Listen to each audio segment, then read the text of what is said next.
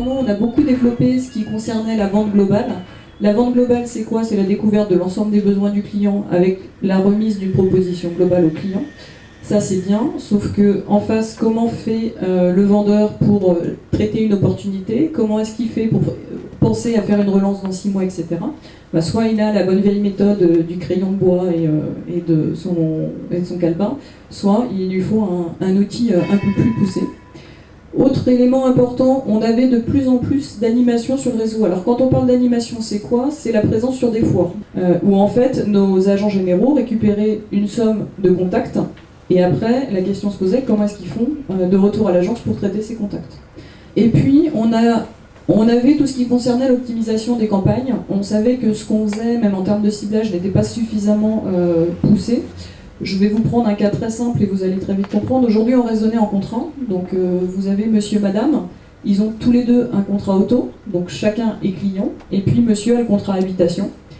Si on n'a pas d'information sur le foyer, si on n'a pas une information client, qu'est-ce qu'on fait? On écrit à madame pour dire on a un super contrat habitation, venez donc chez nous. Quand on est dans des relations de proximité et de confiance, ça fait pas très sérieux d'écrire à madame pour lui dire venez donc chez nous, alors que pour elle, elle est déjà chez vous.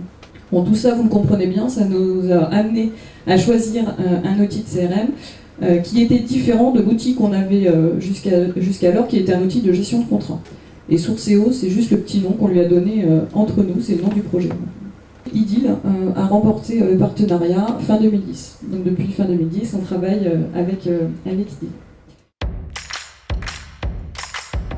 On avait une seule ligne de conduite quand même qu'on s'était fixée, et ça on s'en était rendu compte quand on avait visité, quand on avait été rencontrer un certain nombre de clients, c'est qu'on voulait essayer de rester au maximum dans le standard. Et comment on a fait? Avant chaque atelier qu'on a organisé avec Idylle, en interne, donc à la fois avec des représentants des agences et puis des représentants de la direction commerciale et de l'informatique, on s'est posé la question de qu'est-ce qu'on veut. Voilà. Donc de manière à arriver en atelier en ayant à peu près déjà les idées claires, ce qui n'est pas plus mal. On a fait le choix, une fois qu'on a eu cette première version, de ne pas le mettre auprès de tout le monde. Et on a vraiment fonctionné avec un groupe pilote, donc qui sont nos 16 agents généraux.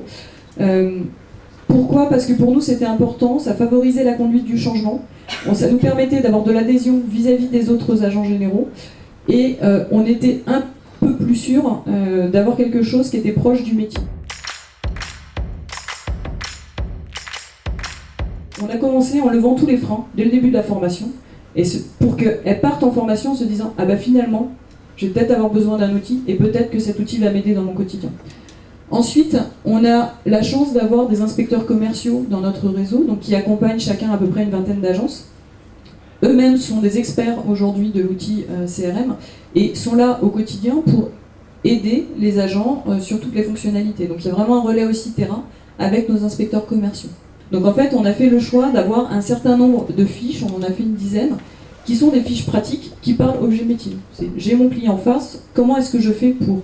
Et qui mêlent Sourcéo à la pratique, mais qui n'est pas que un guide Sourcéo. C'est-à-dire, on intervient sur la méthode de vente et on prend le relais de à quel moment est-ce que l'outil va pouvoir m'aider et quelle fonctionnalité je vais aller chercher dans l'outil pour m'aider sur cette partie. Déjà, dans un premier temps, pour nous, Sourcéo, comme l'a dit Marie, donc c'est la brique CRM. Il faut savoir que notre SI est basé initialement sur 4 briques. Il y a une brique SI métier qui couvre tout le métier de l'assurance, à la fois les contrats, les sinistres, la comptabilité, une partie de la comptabilité. Ensuite, on avait une brique qui s'occupait de tout ce qui est décisionnel, parce que dans l'assurance, c'est fondamental. Donc on avait une brique décisionnelle. On avait une brique comptable, évidemment. Et puis, une brique qu'on a appelée communautaire, c'est notre brique intranet, extranet. C'est tout ce qui est lié à l'Internet. Et donc, il nous manquait la brique CRM, et donc on l'appelle la 5e brique de notre système d'information. Et toutes ces briques communiquent les unes par rapport aux autres. Donc, pour nous, c'est un SI à part entière, donc il est vraiment autonome, il est alimenté ou alimente les autres SI avec des données.